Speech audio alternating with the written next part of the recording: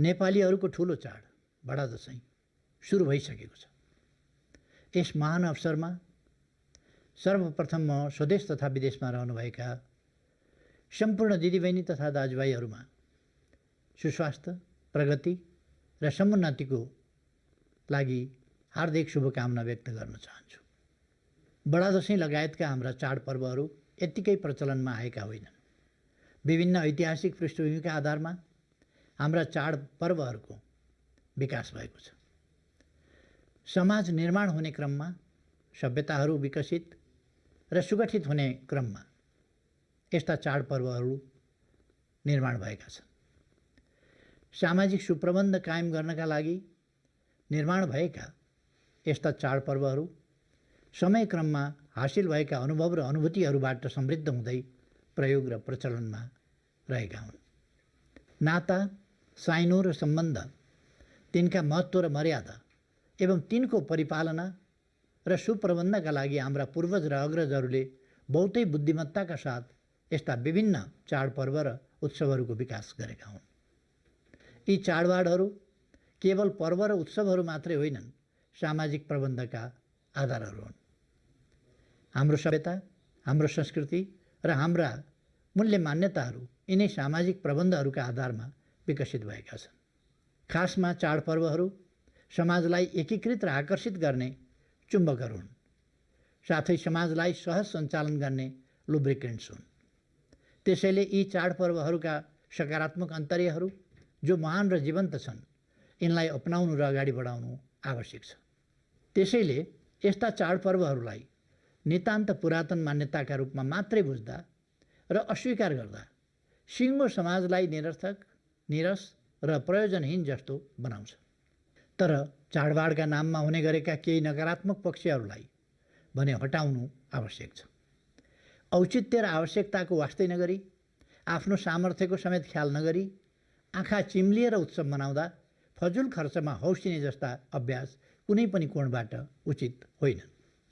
यस्ता अभ्यासलाई सच्याएर हाम्रा चाडपर्वहरूलाई मितव्ययी र उचित बनाउन हामी सबै सजग र सचेत रहनु आवश्यक छ। भनिन्छ नि, बोट बिरुवाको रक्षा गर्नु भनेको ऐँजेरू पाल्नु होइन।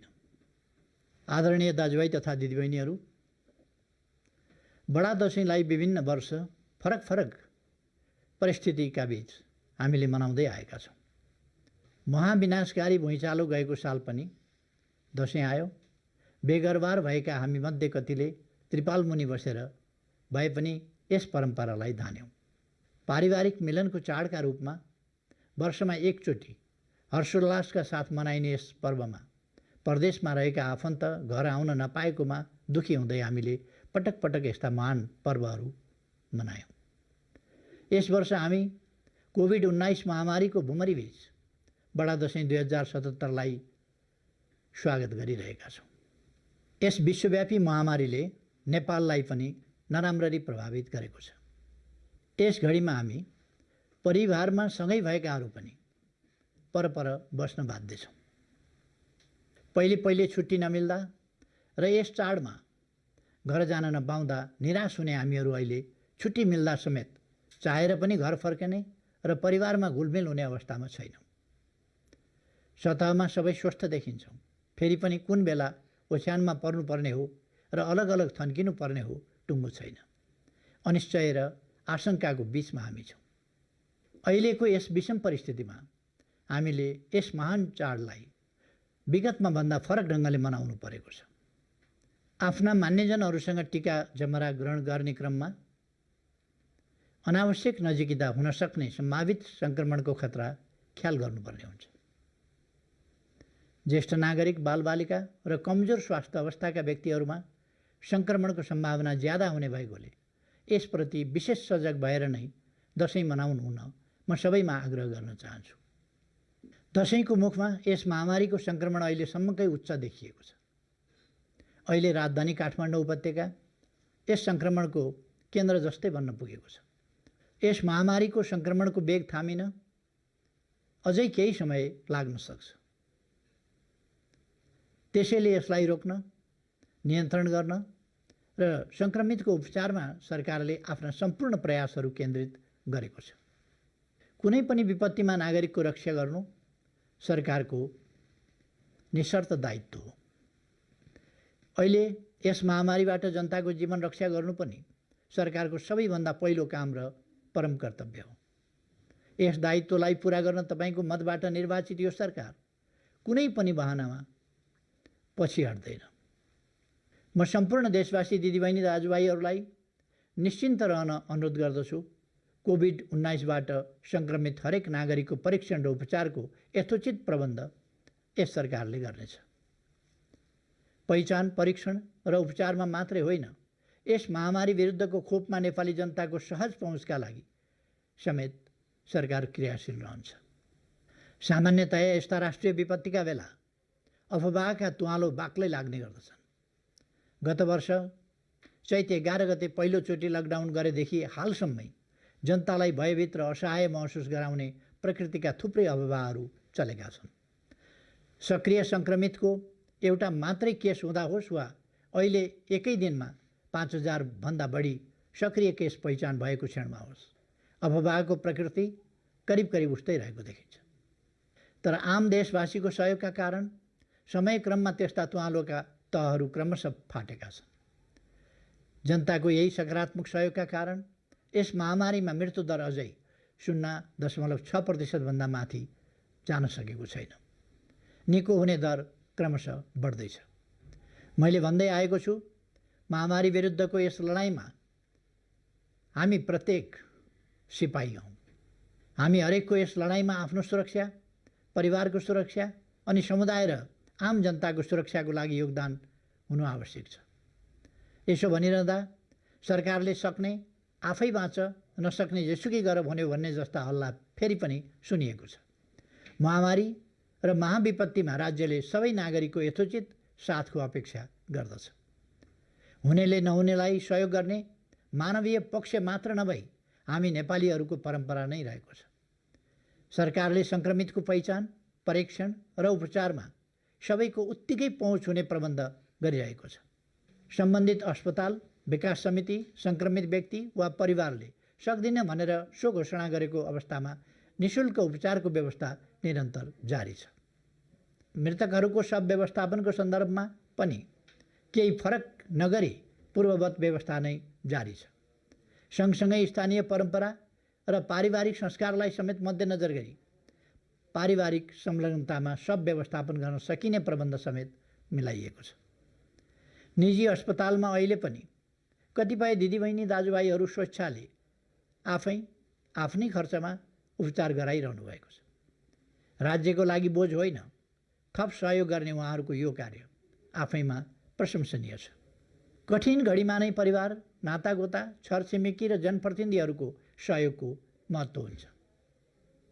पीडाको घाउमा पारस्परिक सहयोग र एकताको भावनाबाट मलम लगाउन सकिन्छ। आफै सङ्क्रमित हुँदा होस् वा परिवारका कोही, त्यसको मनोवैज्ञानिक असर गहिरो हुन्छ।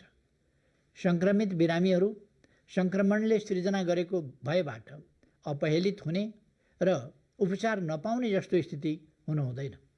अत्यन्त सावधानी र आत्मीयताका साथ गरिने सहयोगी व्यवहारले बिरामीहरूको मनोबल उच्च पार्न र छिटो निको बनाउन मद्दत पुर्याउँछ।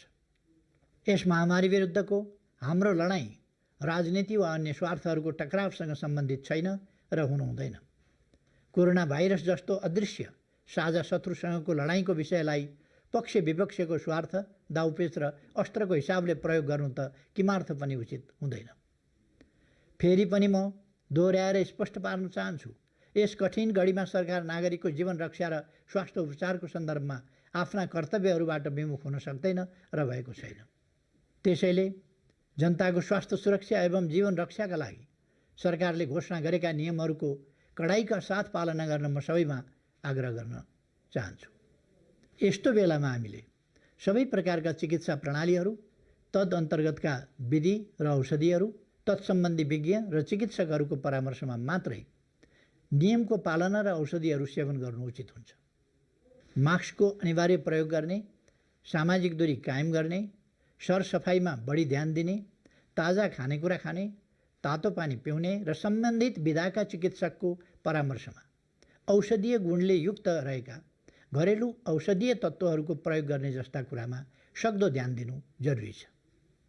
कोभिड-19बाट जनतालाई बचाउन मानवीय र सेवाभावका साथ आफ्नो मोर्चामा हरेक खतरा र कठिनाइलाई बेहोर्दै चिकित्सक, नर्स तथा अन्य स्वास्थ्यकर्मी, सुरक्षाकर्मी, कर्मचारी, समाजसेवी, जनप्रतिनिधि, परोपकारी सङ्घ संस्था र व्यक्तिहरू निरन्तर क्रियाशील हुनुहुन्छ।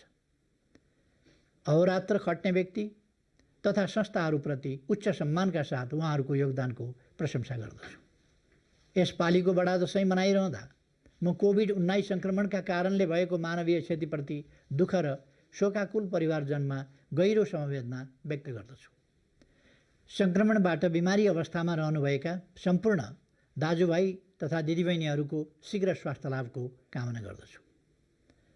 यस महामारीको सङ्क्रमणबाट आफू जोगिनु र आफन्तलाई पनि जोगाउनु अहिले प्राथमिक काम हो। त्यसैले यसपालिको बडा दशैं हामी जो जहाँ छौँ त्यहीँ रहेर मनाउन म सबैसँग विनम्र अनुरोध गर्न चाहन्छु।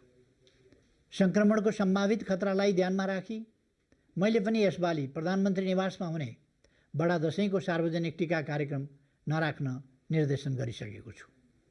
दिदीबहिनी तथा दाजुभाइहरू, जस्तै अप्ठ्यारोमा पनि हामी नेपालीले साहस र सहजताका साथ दुःखको सामना गर्ने गरेका छौँ।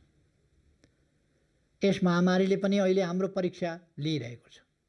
अनुशासन, उच्च मनोबल, सतर्कता र पारस्परिक सहयोगबाट यसलाई परास्त गर्न सकिन्छ भन्नेमा म विश्वस्त छु। बडा दशैं 2077 को सबैमा हार्दिक शुभकामना। धन्यवाद।